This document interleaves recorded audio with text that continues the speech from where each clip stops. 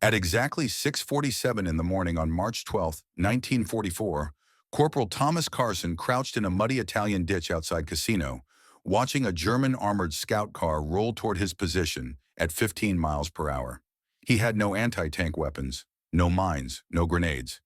Just a piece of rusted barbed wire wrapped around two shovel handles that every officer in the 34th Infantry Division had explicitly forbidden him from using. In the next 90 seconds, that improvised tripwire would either save an entire company or end his military career in disgrace. The SDKF Z2 ground forward through morning fog thick as wet cotton. Tommy could hear its engine whining through the gears, could see the commander's hatch standing open. The German officer probably scanning for American positions everyone knew were here. The wire trembled in his hands, rusted steel singing a quiet note only he could hear. One chance. That was all he had. One chance to prove that a rail yard worker from Gary, Indiana, understood warfare better than West Point engineers. One chance to make the deaths mean something. One chance to keep a promise made to a dying friend in a muddy foxhole 3 weeks ago. The fog clung to the Leary Valley like something alive, cold and damp, smelling of cordite and turned earth and something else Tommy tried not to think about. Bodies decomposed differently in Italian soil than they did back home in Indiana. He knew this now, knew it in ways that would never leave him. He pulled the wire taut and waited. Thomas Carson grew up in a place where steel was religion and survival was earned, not given. Gary, Indiana, in the 1920s and 30s was a city built on blast furnaces and broken backs, a company town where U.S. Steel owned everything that mattered and most things that didn't. His father worked the furnaces, 15-hour shifts in heat that could melt your face off if you got too close, molten iron flowing like angry rivers, the smell of sulfur and coal smoke and human sweat mixing into something that stung your eyes and coated your lungs. A paycheck that barely covered rent and food for 6 kids. Tommy was the middle child, not the oldest who carried responsibility, not the youngest who got attention, just middle, the one people forgot about unless he made noise. So he stopped making noise and started paying attention instead. He spent afternoons at the rail yards when he should have been in school, not because he was stupid or lazy, because the rail yards taught lessons no classroom ever could. Practical lessons, survival lessons, the kind of knowledge that kept you breathing in a world designed to grind you down. He learned which train cars carried what freight, which couplings failed most often, which rails showed stress fractures before they broke, how to rig temporary fixes with whatever scrap metal he could find. Wire and rope and creativity, because the company sure as hell wasn't buying new equipment. The switchman and brakeman knew him, tolerated him, sometimes taught him things, not because they were particularly kind, because they recognized something in the quiet kid who watched everything and forgot nothing. At 8 years old, Tommy watched a coupling pin fail on a freight car loaded with Pennsylvania coal. One moment the cars were moving smooth. The next, metal screaming and cars buckling, and 6 cars derailing in a cascade of destruction that took 90 seconds and caused $40,000 in damage. A brakeman named Patrick Sullivan got caught between 2 cars when they jackknifed. Tommy watched them try to save him, watched them fail. Took 3 hours to get the body out. They had to cut through twisted metal with acetylene torches, while Sullivan's wife stood at the fence screaming her husband's name. Tommy's father found him that evening, sitting alone behind the equipment shed. His father had coal dust in the lines of his face. His hands were scarred from years of burns. His eyes were the color of iron. He sat down next to Tommy without saying anything. They watched the sun set over the rail yards, orange light painting the twisted wreckage gold. Finally, his father spoke. "You see what happened today?" Tommy nodded. "1 loose pin, 1 failure, 6 cars destroyed, 1 man dead." His father's voice was rough from coal dust and cigarettes and years of breathing air no human should breathe. "That's how systems work, boy. One thing breaks, everything breaks. You learn to spot the problems before they become disasters. You understand me?" Tommy understood. "The company says it was Sullivan's fault, says he should have checked the coupling. But I saw that pin last week, told my foreman it was worn. He told me to mind my own business. So Sullivan died because the company didn't want to spend $2 on a new pin." His father looked at Tommy, really looked at him. "You remember this, rules and systems, They're designed by men who don't do the actual work, by men who don't pay the price when things go wrong. Sometimes following the rules gets people killed. Sometimes you have to be smart enough to know when the rules are wrong. Tommy never forgot. By 14, he was apprenticing as a switchman, $5 a week, money his family needed. His father was getting older, lungs showing the first signs of damage from years of coal dust. His mother took in laundry. His younger sister needed shoes. So Tommy went to the rail yard 6 days a week and learned everything the older men could teach him. He learned to read metal fatigue, to hear the sounds that meant trouble coming, to see the patterns in how equipment failed, to fix things with what was available because waiting for proper parts meant delays, and delays meant lost money, and lost money meant lost jobs. You learned to be creative, to improvise, to solve problems with wire and ingenuity instead of proper equipment and engineering degrees. Eddie Novak was Tommy's best friend from the time they were 8 years old, met at the rail yards watching their father's work. Eddie's family was Polish, came over in 1910 with nothing but hope and a willingness to break their bodies for whatever wages America would pay. Eddie's father was a crane operator, good at his job, careful, the kind of man who checked everything twice. But careful doesn't always matter when the equipment is old and the maintenance is deferred and the company values profits over safety.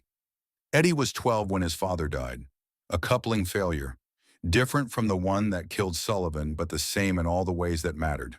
Old equipment, deferred maintenance, company negligence.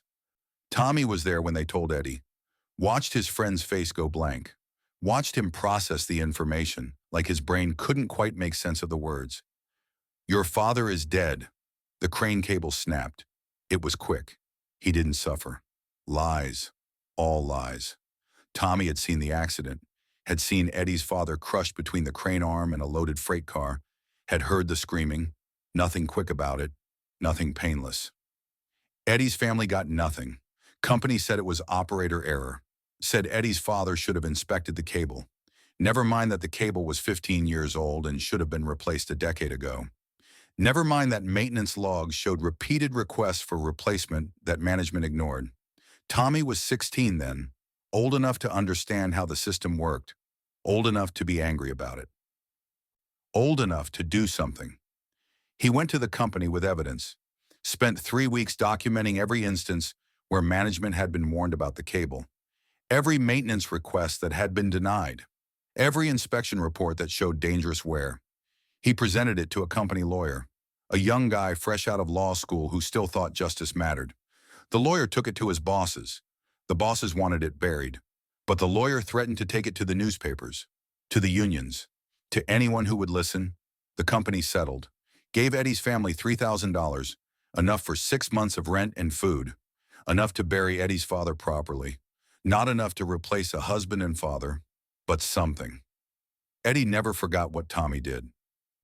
We're going to open our own shop someday, Eddie said when they were 17, both working full shifts as switchmen, both knowing they'd probably spend their whole lives in these rail yards unless they found a way out. Carson and Novak Rail Services. We'll do the work right. None of this cutting corners bullshit.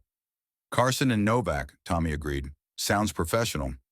We'll specialize in safety inspections, coupling repairs, the stuff that actually matters. Keep people alive instead of just keeping the trains running. They shook on it. A promise between friends, a dream to work toward, something better than what their fathers had. When the war came, they enlisted together. January 1943, the recruiting office in downtown Gary, a man in a crisp uniform behind a desk promising training and steady pay and a chance to see the world.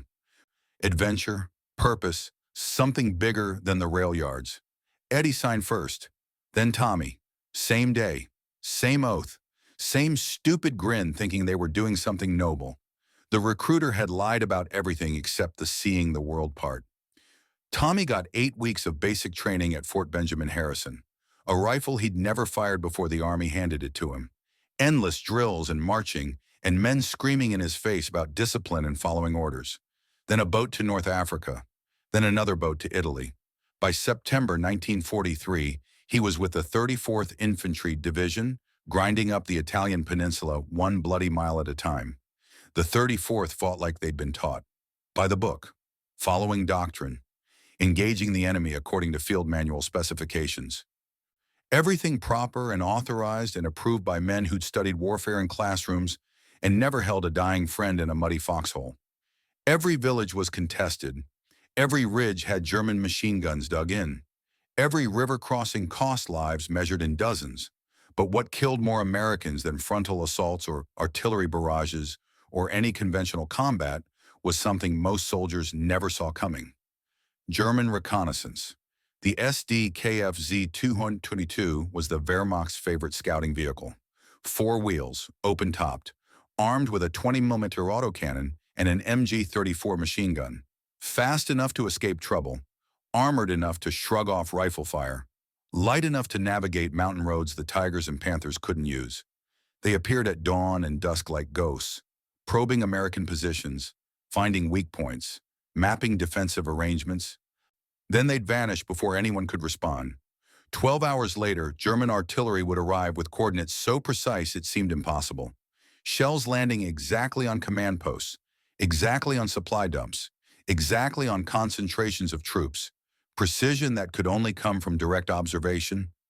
American doctrine said to engage reconnaissance vehicles with anti-tank rifles, bazookas, or mines.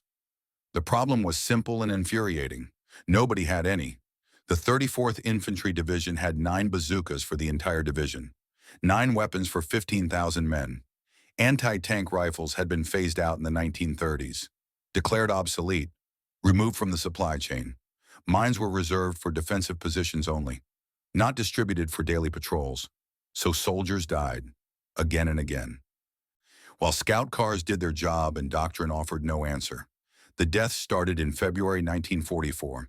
Private First Class Eddie Novak died on the morning of February 18th, a Thursday, cold and overcast with rain threatening from the north.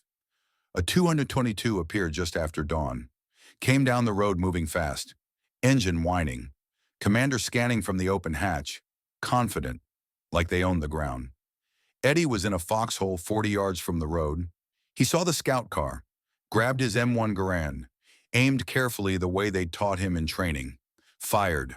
The round sparked off armor, bright flash, sound like a hammer on an anvil. The 222 didn't even slow down. The MG-34 traversed, found Eddie, fired 3 rounds. Tommy was in a foxhole 30 yards away, heard the shots, heard Eddie scream, climbed out and ran without thinking. Without caring about the scout car or the bullets or anything except getting to his friend, he dropped into Eddie's foxhole and pulled him close. The blood was hot, soaking through both their uniforms. 3 entry wounds in Eddie's chest, exit wounds in his back the size of fists. Eddie's eyes were wide, confused, like he couldn't understand what his body was telling him. "Tommy," he said. His voice was wet, bubbling, blood in his lungs. "Can't breathe. Why can't I breathe?" "Medic!" Tommy screamed. "I need a medic over here." But the medic was 200 yards away, and Eddie didn't have 2 minutes. Tommy held pressure on the wounds, felt blood pulsing between his fingers, warm and thick and utterly unstoppable. Eddie's life draining out and nothing Tommy could do to stop it. "The shop," Eddie said, whispering now, getting quieter. "You gotta, Carson and Novak. You gotta open it. Don't talk. Save your strength. Medic's coming." "Liar," Eddie smiled, bloody teeth. "You always were a bad liar." Eddie coughed. More blood. His grip on Tommy's arm was getting weaker. "You said, week ago, said wire, could work, against the cars." His eyes found Tommy's, held them. "You were. Right. Should've. Broken the rules. Should've. Eddie, please. Promise me." Eddie's voice was barely audible now, fading like smoke. "No more. Following orders. That kill. Your brothers. Promise. I promise." Eddie died holding Tommy's hand. Tommy sat there in that foxhole for 11 minutes, holding Eddie's body, watching the blood cool and congeal, listening to the sounds of war continue around him like nothing had happened. Like the universe gave a damn that the best person Tommy had ever known was dead at 20 years old. When he finally climbed out, something had broken inside him. Or maybe broken was the wrong word. Maybe something had crystallized, hardened, transformed from soft doubt into sharp certainty. Never again. Never again would he follow orders that killed his brothers. Never again would he wait for permission while good men died. Never again would he let doctrine trump common sense. Eddie had been right. Tommy had proposed the tripwire idea a week before, had gone to Captain Hayes with a plan. Simple, cheap, effective. Wires stretched across the roads at axle height to catch scout cars. Hayes had said no, against regulations, violated field manual specifications for obstacle emplacement, unauthorized and dangerous. And Eddie died because Tommy had obeyed. Sergeant Marcus Riley died 5 days later on February 23rd. Another 222, another dawn patrol. Riley tried to hit it with a grenade from 30 yards. Missed high. The autocannon found him, cut him in half. Riley was from Brooklyn, 24 years old. 4 sisters back home who wrote him letters every week.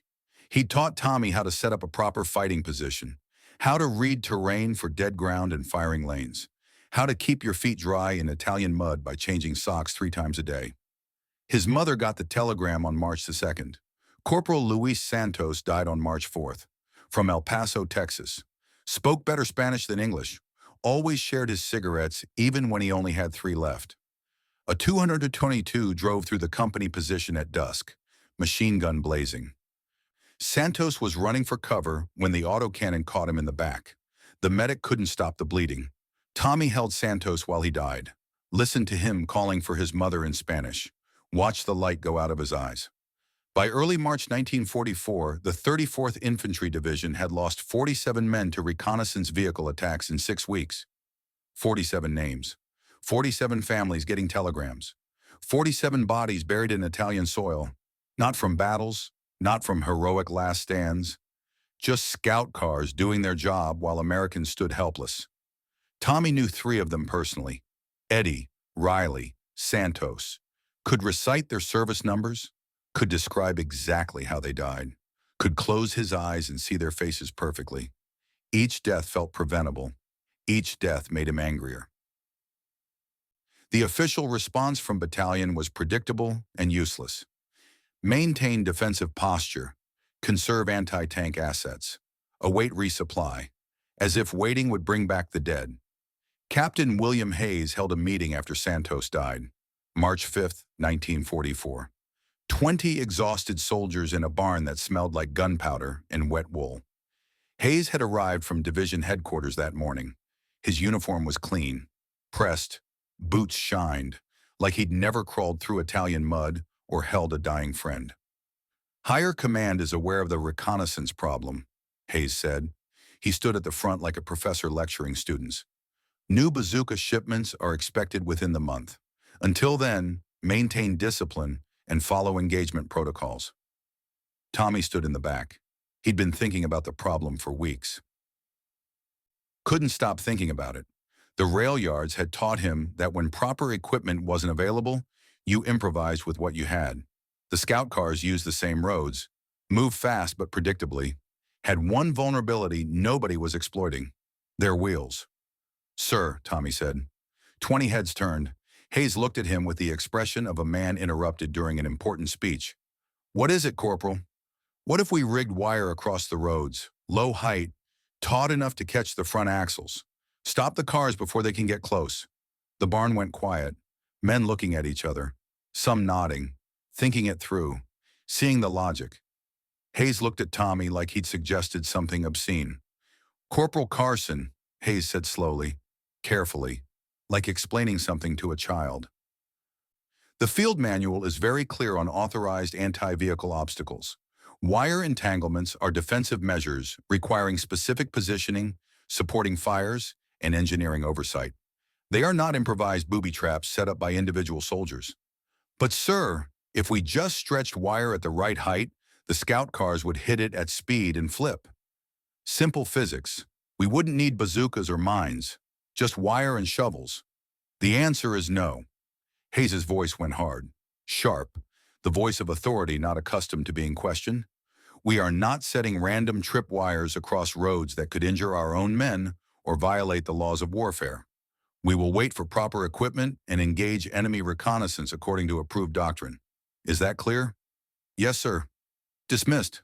Tommy said nothing more. But he didn't forget. The scout cars kept coming. More men kept dying. 2 more killed on March 8th. Another on March 9th. The approved methods required equipment they didn't have. The unauthorized method required wire, shovels, and a willingness to risk everything. On the night of March 10th, 1944, Tommy made his decision. Another 222 had killed 2 men that afternoon, Privates Chen and Harrison. Chen was a radio operator from San Francisco. 21 years old, always homesick, talked about Chinatown restaurants like they served food from heaven. Harrison was from Oklahoma, farm kid, talked constantly about his land, about spring planting, about getting back to work that actually mattered instead of this killing. Both dead because a scout car rolled through at 4 in the afternoon and nobody could stop it. Tommy lay in his foxhole that night staring at stars, different constellations than he'd grown up with in Indiana, foreign sky, like even the heavens were telling him he didn't belong here. He thought about Eddie, about Eddie's last words, about the promise he'd made while holding his dying friend. He thought about Riley and Santos and Chen and Harrison, about the growing list of names, about how many more would die if nothing changed.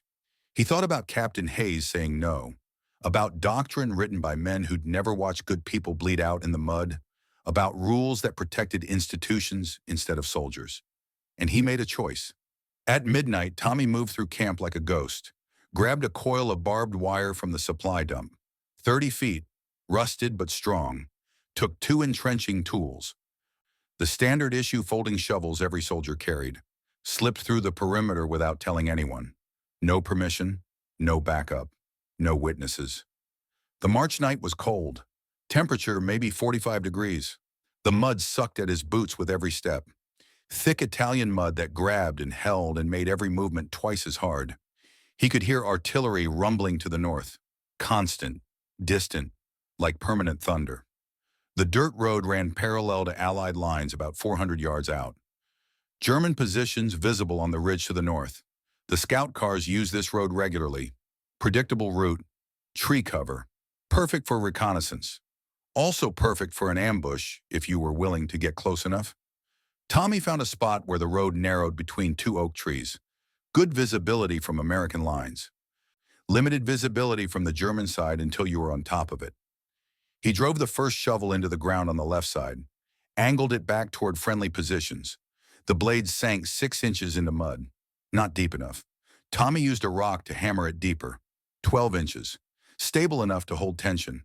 The second shovel went in on the right side. Tommy paced the distance, 18 feet across, wide enough that a scout car couldn't avoid it without leaving the road. Then came the wire. He wrapped it around the first shovel handle. 3 loops, tight as physics allowed. His hands were slick with mud and rust. The wire bit into his palms. He could feel it cutting skin, feel blood mixing with cold and wet. Ignored the pain. He stretched the wire across the road, exactly 14 inches off the ground. Not ankle height, not waist height. Axle height. 2 weeks earlier, Tommy had measured a destroyed 222 during a patrol. Front axle sat 13 to 15 inches depending on load. The wire had to catch it at speed, had to hold long enough to stop forward momentum, had to be strong enough not to snap but tensioned right so it didn't break. He wrapped the other end around the second shovel, 3 loops matching the first, tested the tension by pulling hard. The wire hummed. Musical note. The shovels held firm. Too loose and the wire would snap on impact. Too tight and it would break before the axle caught. Had to be exactly right. Tommy adjusted, tightened fractionally, tested again. The wire sang when he plucked it. Perfect tension, like a guitar string tuned precisely. The whole setup took 23 minutes. He sat in the ditch afterward, catching his breath, watching the empty road, listening to the night. If a German patrol came now, he was dead. If an American officer found out, court-martial. If the wire worked, maybe fewer men would die like Eddie and Riley and Santos. Simple calculation, risk versus reward. Math learned in the rail yards where one decision could mean the difference between going home and going to the hospital. Tommy buried the wire under a thin layer of mud, just enough to make it invisible in low light. Not enough to weaken it or change the tension. The shovels already looked abandoned, rusted, forgotten. Someone would have to look directly at them to notice anything unusual. And by the time they looked, it would be too late. He crawled back toward American lines at 1:15 in the morning, took the long way around, staying low, moving slow. Every sound amplified in the darkness, every snap of a twig like a gunshot. He didn't tell anyone what he'd done. Couldn't. Hayes had been explicit. This was unauthorized, violated doctrine, exactly the kind of initiative that got you court-martialed even if it saved lives. Tommy reached his foxhole and lay down in the cold mud. The wire was out there, taut and invisible, waiting for dawn, waiting for a target, and so was Tommy. Sleep wouldn't come. He lay there staring at the stars, thinking about everything that had led to this moment. The rail yards, his father's lessons, Sullivan dying, Eddie's father dying, the promise of Carson and Novak rail services, enlisting together, coming to this God-forsaken country, Eddie dying in his arms. You should have broken the rules. Tommy closed his eyes, not to sleep, just to rest them. I'm breaking them now, Eddie, he whispered to the darkness, to the stars, to his dead friend. I'm sorry I was too late for you, but I won't be too late again. The words hung in the cold air. No one heard them. No one answered. But Tommy felt something settle inside his chest, some weight accepting its new shape, some burden that had been crushing him finding a way to distribute itself differently. He'd spent 19 years following rules, doing what he was told, trusting that people in authority knew better than a rail yard worker from Gary, Indiana. But Eddie was dead. Riley was dead. Santos was dead. Chen and Harrison were dead, and the rules had killed them all. Tommy opened his eyes. Different stars, foreign sky, but the same promise burning in his chest like a coal that would never go cold. No more following orders that killed his brothers. No more waiting for permission. No more trusting doctrine over common sense and human lives. From this moment forward, Thomas Carson would do what worked, what saved lives, what honored the dead by keeping the living alive, even if it meant court-martial, even if it meant disgrace, even if it meant standing alone against every officer in the division. The wire was out there waiting, and tomorrow morning would bring the test. Either it would work or it wouldn't. Either Tommy would prove that a rail yard education beat a West Point degree, or he'd prove that breaking the rules got you nothing but punishment.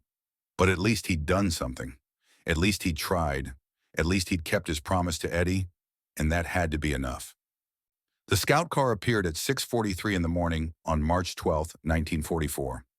Tommy was on watch, eating cold rations from a tin that tasted like metal and regret. The morning fog was thick enough to cut with a knife. Then he heard it, that distinctive whine of a German straight-six engine. Unmistakable, unforgettable, SD-KFZ 222 coming from the north. Tommy set down his tin, didn't move, didn't call out. Nobody else had heard it yet. The sound was still distant, still soft. But Tommy's ears had been trained in rail yards where hearing the wrong sound at the wrong time could kill you. He knew machinery, knew engines, knew exactly what was coming. The vehicle emerged from the fog at 600 yards, gray paint, low profile, commander's hatch open, moving at what Tommy estimated was 15 miles per hour. Routine patrol. They weren't expecting contact, weren't expecting anything except another boring morning, watching Americans who had no way to hurt them. 500 yards now.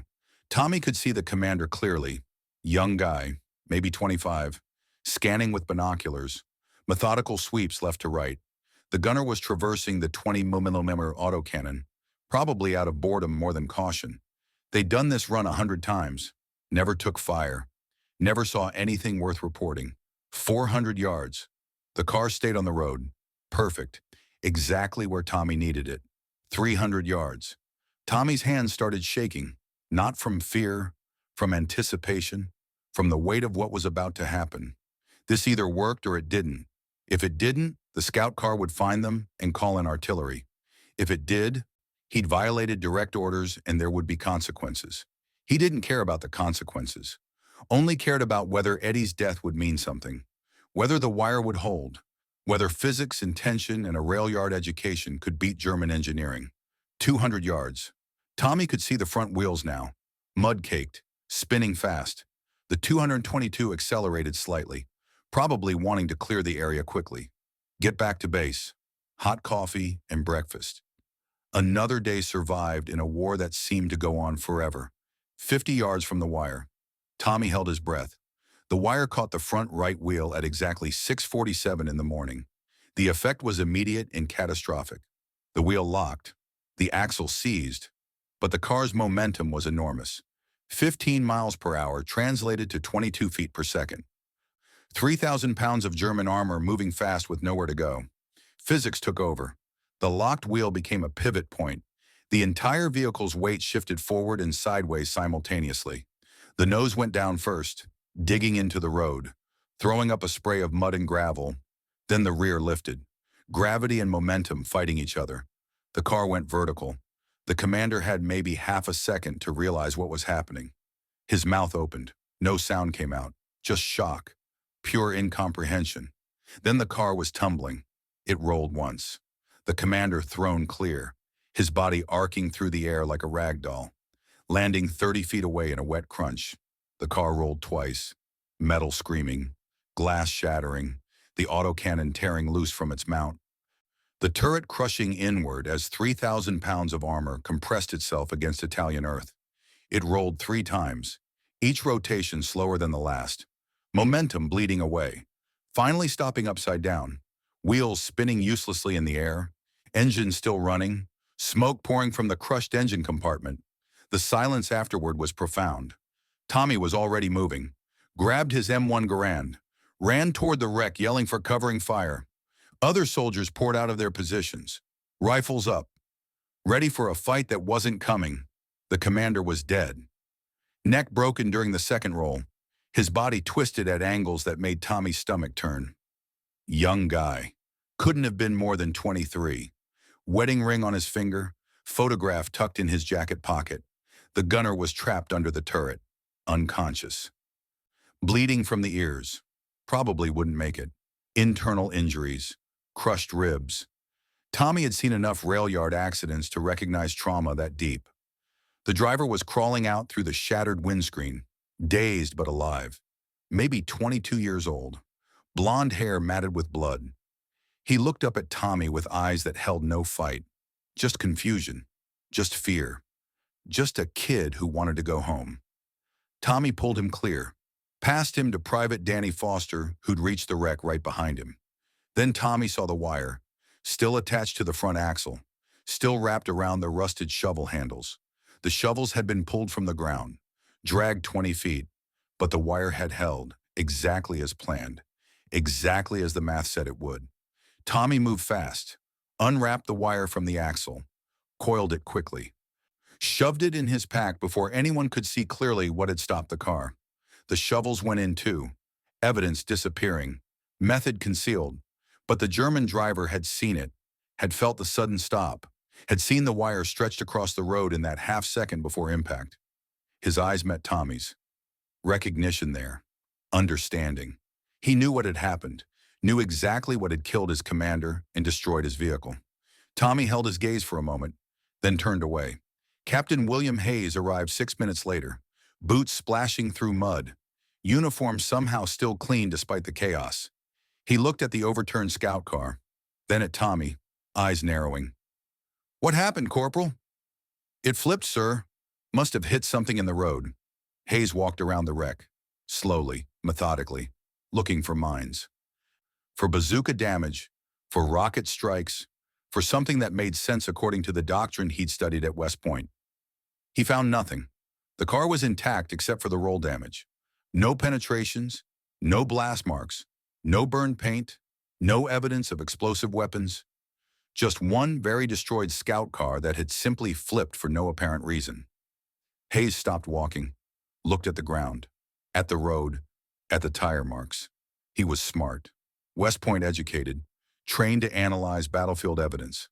Tommy watched him think it through, watched him process, watched the moment Hayes realized something was wrong with the official story. "Corporal Carson," Hayes said quietly, "scout cars don't just flip." "Yes, sir." Hayes stared at him, really stared, like he could see through the words to the truth underneath. Like he knew Tommy was lying but couldn't prove it, couldn't figure out how it had been done. The German prisoner was secured. The car was documented. Nobody was dead on the American side. Hayes could push this, could investigate, could make it a problem. But he didn't. "Get this vehicle documented," Hayes said finally. "I want photographs and a full report on my desk by 1600 hours." "Yes, sir." Hayes walked away. But Tommy saw him glance back, saw the suspicion, saw the wheels turning. Hayes wasn't stupid.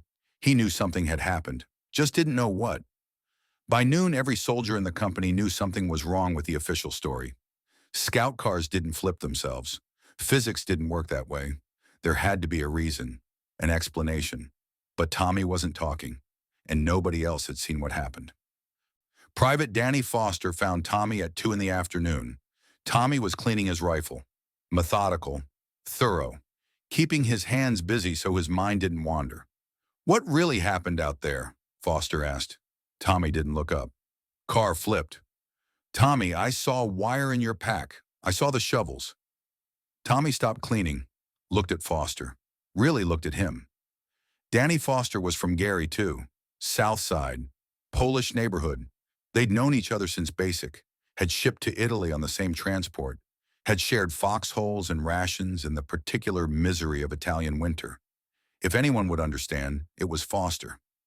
"You didn't see anything," Tommy said quietly. Foster sat down. "If I did see something, hypothetically, would it work again?" "Yes." "Can you teach me?"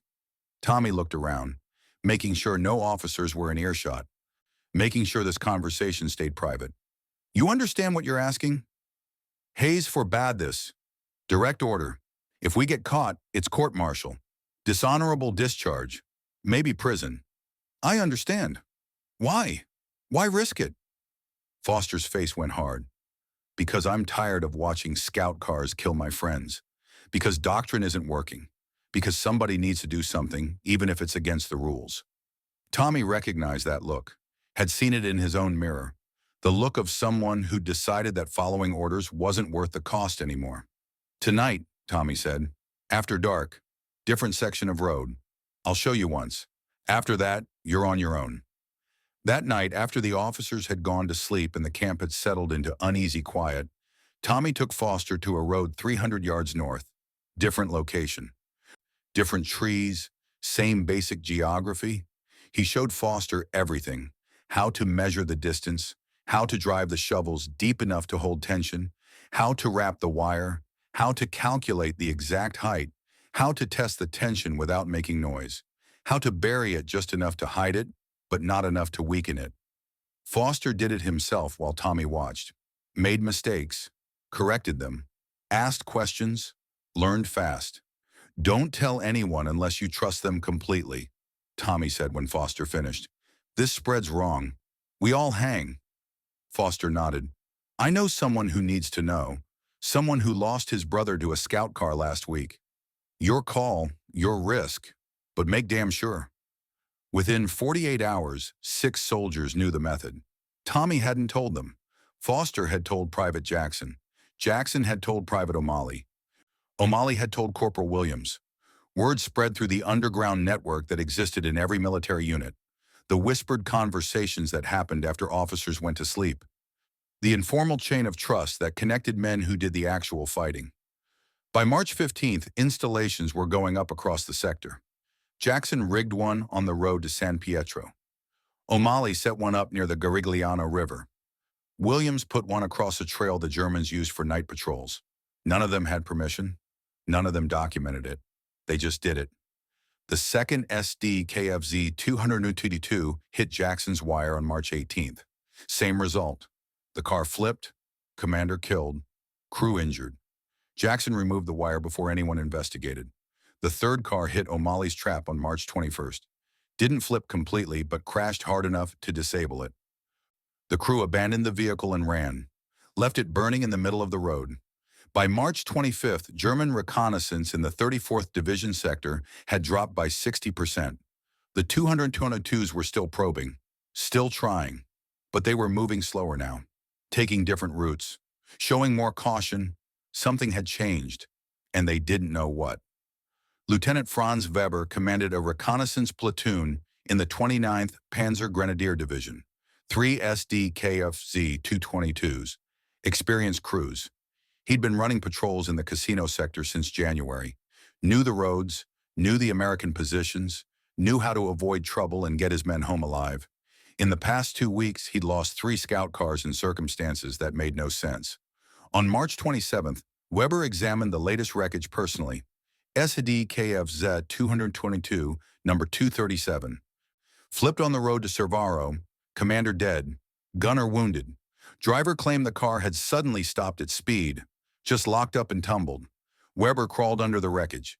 The front axle was bent but intact. No mine damage. No explosive residue. But there were scrapes on the wheel housing, deep gouges. Something had caught the axle at high speed. Something thin and strong. He found a fragment embedded in the wheel well.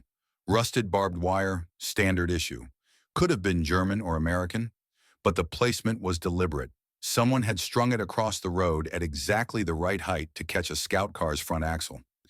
Weber reported his findings to Division Intelligence on March 29th. The intelligence officer was skeptical. Barbed wire wouldn't stop a light armored car. The weight and momentum are too great. 3 cars, sir, same pattern, all unexplained until you consider wire. Do you have proof? I have a fragment. I have scrape marks. I have 3 destroyed vehicles and no other explanation. The intelligence officer took the report, filed it, probably never read it again. But Weber's superiors took it seriously. By early April, standing orders went out. Scout car crews were to scan roads for wire obstacles before proceeding. Move at half speed. Commanders should dismount to inspect suspicious terrain. The cautious approach cut reconnaissance effectiveness by 40%, and the American tripwires stopped working. The Germans had figured out the trick. Now they moved too slowly, watched too carefully. The wires were still there, still taut, still perfectly positioned, but scout cars crept past them at walking speed. Slow enough to see the shovels, slow enough to stop. By March 30th, no more German vehicles were hitting the wires. The method had worked perfectly, for exactly 18 days, long enough to prove the concept, not long enough to win the war. Tommy sat in his foxhole on April 2nd, watching a scout car creep past at 5 miles per hour.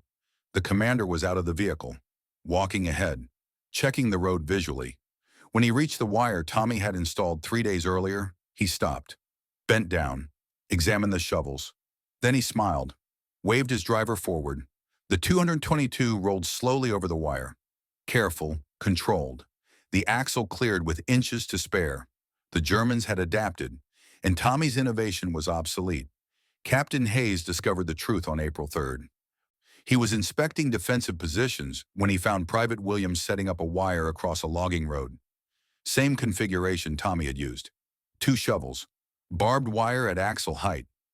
Williams froze when he saw the captain. Hayes walked over, tested the wire tension himself. His face was unreadable. "Where did you learn this, Private?" Williams said nothing. "That's an order." "Corporal Carson, sir." Hayes was quiet for a long moment. Then he took out his notebook, sketched the setup, measurements, angles, wire type. Asked Williams to demonstrate the installation process while he watched. Took more notes. "How many have you set up?" "4, sir." "Results?" "1 hit.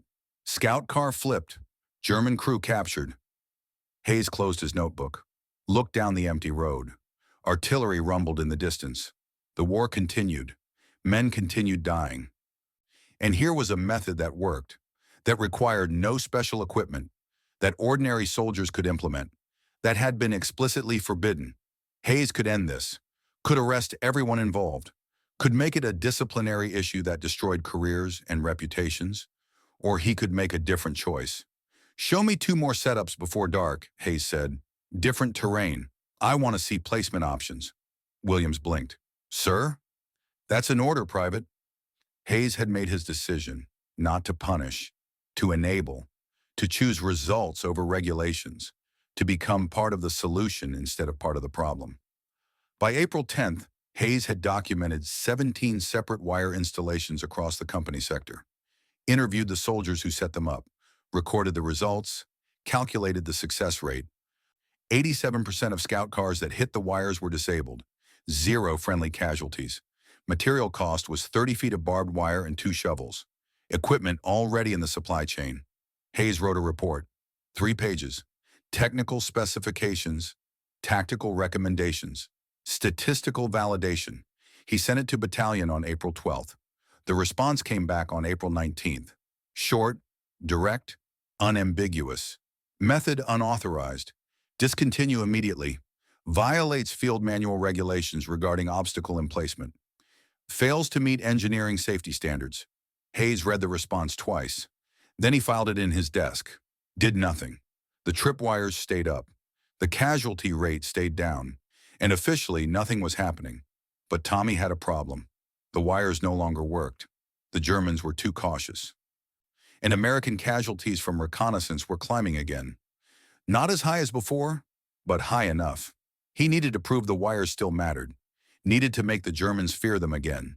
Needed to restore the psychological advantage. There was one road that would do it. The most exposed stretch between German and American lines. Heavy patrol activity on both sides, visible from multiple positions.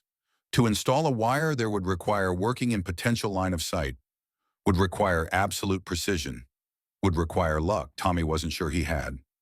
Private Foster found him on the night of April 8th. Don't do this, Tommy. It's suicide. The wires stopped working. Germans got smart. We need to remind them why they should be afraid. Not worth your life. Eddie died because I hesitated. I won't hesitate again. Eddie wouldn't want you dead either. Tommy looked at his friend. Then I better not die. At 2 in the morning on April 9th, Tommy crawled toward the exposed road. Every nerve screaming danger. Every instinct saying turn back. But he kept moving. German patrol passed 50 yards away. Tommy froze in open ground. No cover, no concealment. Just him and the mud and 18 minutes of absolute terror while boots crunched past and voices spoke German he couldn't understand. He reached the road at 3:15, started driving the first shovel. Quiet, careful, every sound amplified in the darkness. German voices again. Patrol returning early. Tommy dropped flat, shovel half installed. Couldn't move, couldn't breathe. A German soldier stopped 8 feet away, lit a cigarette. The match flared. Tommy could see his face. Young, tired, human. 5 minutes. The soldier stood there smoking. Tommy's lungs burned, his heart hammered. Every second an eternity. Finally the soldier finished, flicked the cigarette away, walked on. Tommy completed the installation at 3:47, hands shaking so badly he could barely tie the wire. Crawled back, took 90 minutes, should have taken 15, reached American lines at 5:20 and collapsed in his foxhole, body shutting down from stress. At 11:30 that morning, an SD-KFZ 202 hit Tommy's wire, flipped spectacularly in full view of both German and American positions. Commander thrown clear, landed dead, gunner trapped, vehicle burning. The German response was immediate panic. If there were wires on that road, there could be wires everywhere. Reconnaissance pulled back entirely for 3 days. When they returned, they moved at a crawl. Maximum caution. Tommy had done it, restored the fear, proven the method still worked. But his body was wrecked. His nerves were shot. And Captain Hayes was looking at him with an expression that said everything and nothing. The wire war wasn't over. It was just beginning. The numbers told a story that battalion headquarters couldn't ignore forever. February 1944, before the tripwires began, the 34th Infantry Division lost 47 men to reconnaissance vehicle attacks. 47 telegrams sent to families. 47 bodies buried in Italian soil. March 1944, after the wires spread through the sector, 12 men killed, a 74% reduction in casualties. April 1944, 3 men killed, 94% reduction. Reconnaissance vehicle sightings followed the same pattern. February, 147 sightings. March, 89. April, 34. The scout cars were still out there, still probing, but they were cautious now, slow, afraid. Artillery strikes called in by German reconnaissance told the clearest story. February 203 strikes, March 127, April 58. Without accurate observation, German artillery was firing blind, wasting ammunition on empty ground instead of concentrations of American troops. Someone in division staff noticed. Colonel Matthew Sherman was the division intelligence officer, career Army, 38 years old, graduate of the War College. The kind of officer who read reports other people ignored, who noticed patterns other people missed. He pulled the casualty reports in late April, saw the numbers, saw the correlation. Something had changed in early March, something dramatic, something that wasn't in any official documentation. Sherman sent investigators to the front lines on April 25th. They found the tripwires within 2 days. On April 28th, Captain Hayes was summoned to division headquarters. He reported expecting disciplinary action. Found Sherman sitting behind a desk covered in reports and maps and statistical analyses. "Captain Hayes," Sherman said without preamble, "explain these unauthorized obstacles in your sector." Hayes stood at attention. "Sir, I can explain the method or I can explain the results. Which matters more?" Sherman looked at him. Really looked, not with anger, with calculation. With the kind of pragmatic assessment that separated good officers from political ones. "Show me the statistics again." Hayes laid out everything.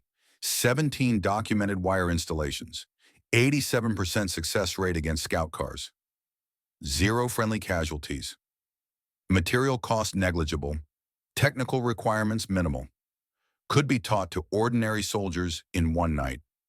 Sherman studied the numbers for a long time. Finally, he looked up. "This violates doctrine?" "Yes, sir."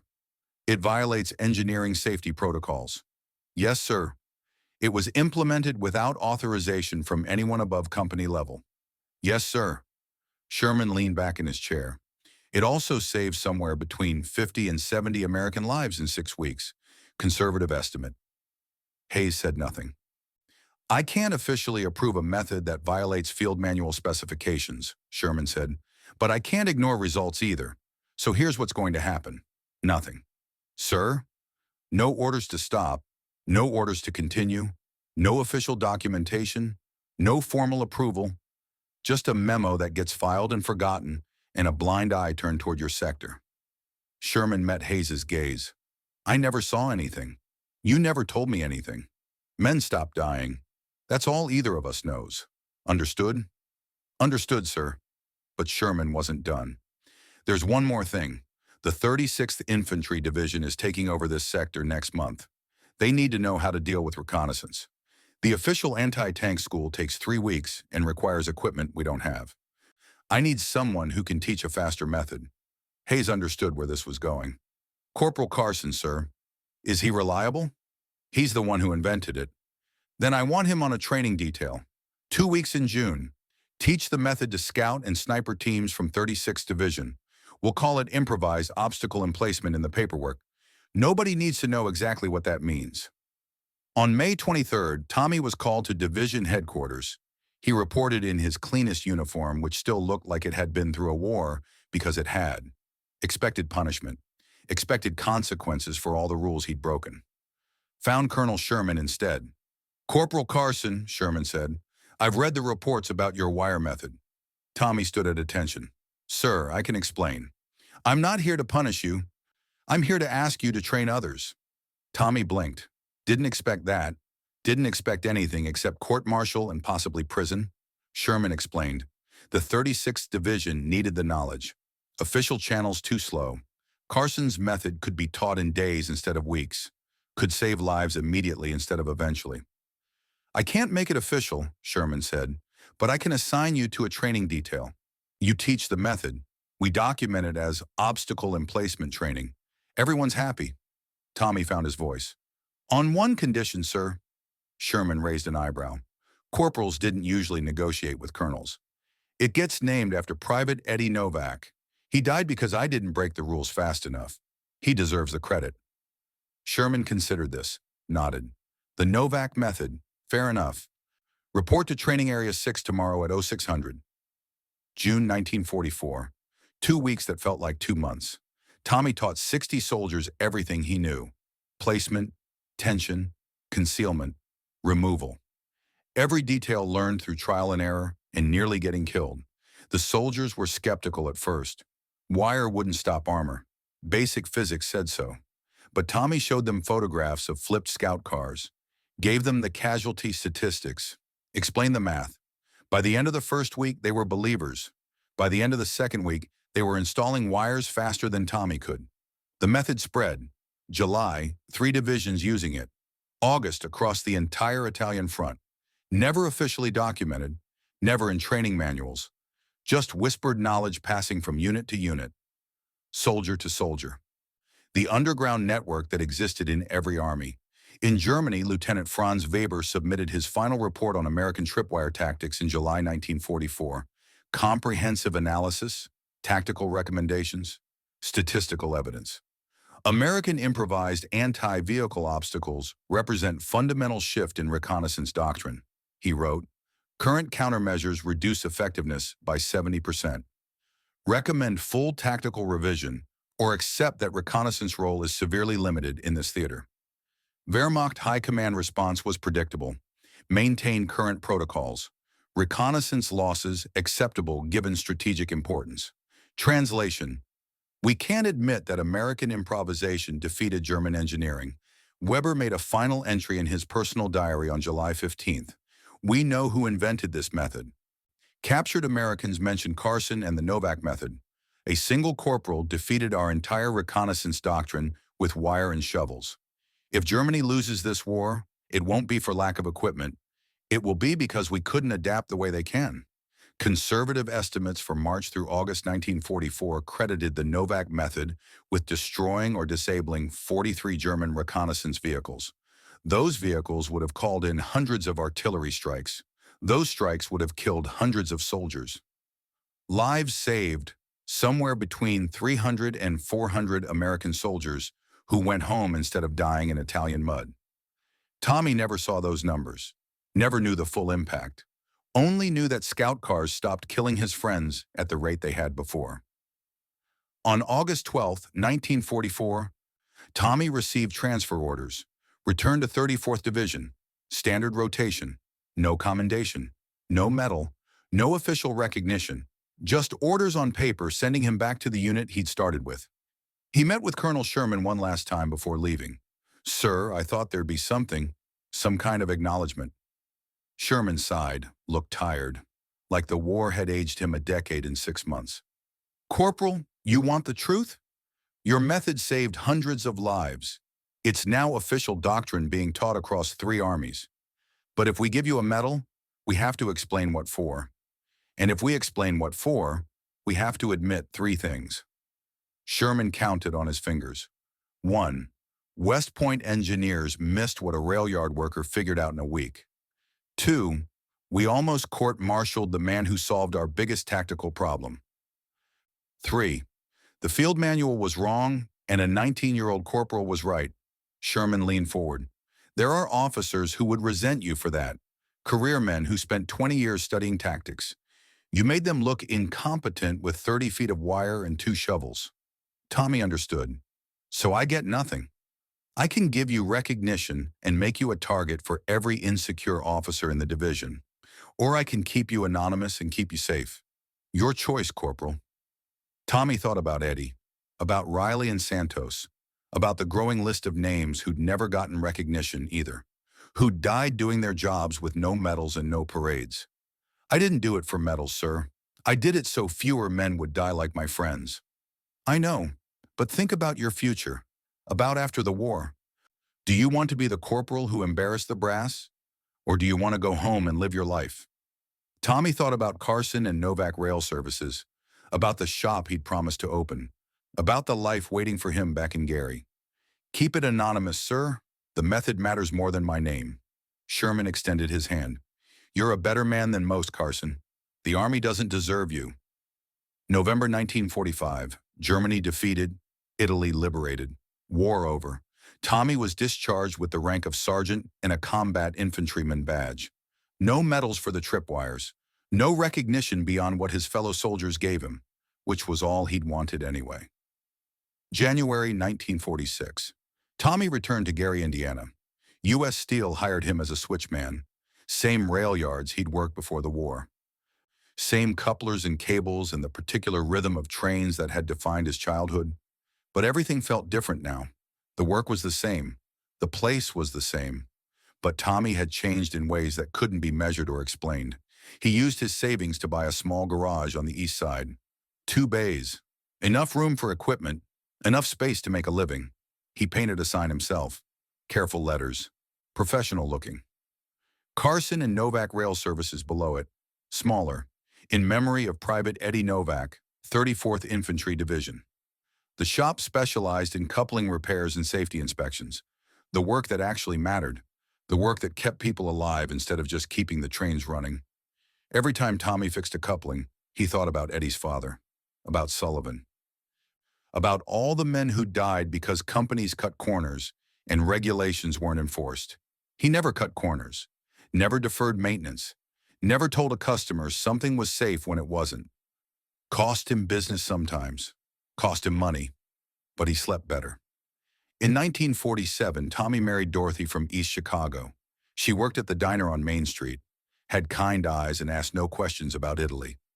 Seemed to understand that some things couldn't be talked about, that some weights had to be carried silently. They had 3 children over the next decade, 2 boys and a girl. Good kids, smart kids. None of them went to war. Tommy never talked much about Italy. When asked, he'd say he did his job and came home. Wouldn't elaborate, wouldn't share details. Dorothy learned not to push, but every year on March 12th, the phone would ring. Danny Foster calling from Arizona where he'd moved after the war. Opened a hardware store. Married. Had grandchildren now. They'd talk for maybe 10 minutes. Never about the war directly, just checking in, making sure they were both still alive, still okay, still managing. "You still having the dreams?" Foster asked one year. "Sometimes," Tommy admitted. "You?" "Yeah, the scout car, the wire, the German kid's face when we pulled him out." "Me too." They'd hang up and go back to their lives, back to being normal, back to pretending the war was something that happened to someone else a long time ago. In 1963, Tommy had an unexpected visitor, a man in his 30s, glasses, suit, briefcase full of papers. Introduced himself as Dr. Michael Richardson, military historian, researching German reconnaissance losses in Italy. "I found a pattern," Richardson explained in Tommy's small office at the shop. "Unexplained vehicle rollovers in early 1944, casino sector specifically. Interviewed veterans. Your name kept coming up." Tommy leaned back in his chair. 50 years of working with his hands had left him with weathered skin and permanent grease under his fingernails. He looked at this young professor with his clean hands and earnest face. "What do you want to know?" "Everything. The method, the results, why it wasn't documented officially." Tommy told him. 2 hours of explanation, technical details, statistics he'd never forgotten, names of men who died, names of men who'd lived because of wire and shovels. Richardson took notes frantically. "This is incredible. This revolutionized anti-reconnaissance warfare. Your name should be in every military history textbook." "One condition," Tommy said. "What's that?" "Don't use my name in the publication." Richardson stopped writing. "Mr. Carson, you saved hundreds of lives, changed military doctrine. You deserve recognition." Tommy shook his head. "I deserve to go back to my shop and fix train couplers. My friend Eddie Novak deserved to come home and open this shop with me. Sergeant Riley deserved to see his sisters again. Santos deserved to see his mother." He met Richardson's eyes. "They didn't get what they deserved. I did. I got to come home. I got to build a life. That's enough recognition for me. But history should remember. History should remember it worked. Names don't matter. The soldiers who used the method, they know. The men whose lives were saved, they know. That's enough." Richardson published his article in 1965 in the Journal of Military History. Improvised Anti-Reconnaissance Tactics in Italian Campaign, 1944. Detailed analysis, statistical validation, technical specifications. Attribution, developed by unidentified NCOs, 34th Infantry Division. Tommy's name was never mentioned. March 11, 1987. Tommy was 62 years old. Still working part-time at the shop, still fixing couplers, still honoring Eddie's memory with every repair. Heart attack in his living room. Sudden. Massive. Dorothy called the ambulance, but Tommy knew. Recognized the feeling. The pain radiating down his arm. The pressure in his chest. The sense of time running out. He died on March 12th. Anniversary of the first wire flip. 43 years to the day. Last words while holding Dorothy's hand. "Tell Eddie I kept the promise. The shop has his name." Dorothy didn't understand. Never knew about Eddie Novak. Never knew about the wire.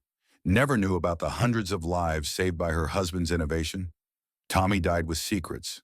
Died with memories. Died with a legacy he'd refused to claim. The obituary in the Gary Post-Tribune was 4 paragraphs. Thomas Carson, 62, rail yard worker and BW-20 veteran.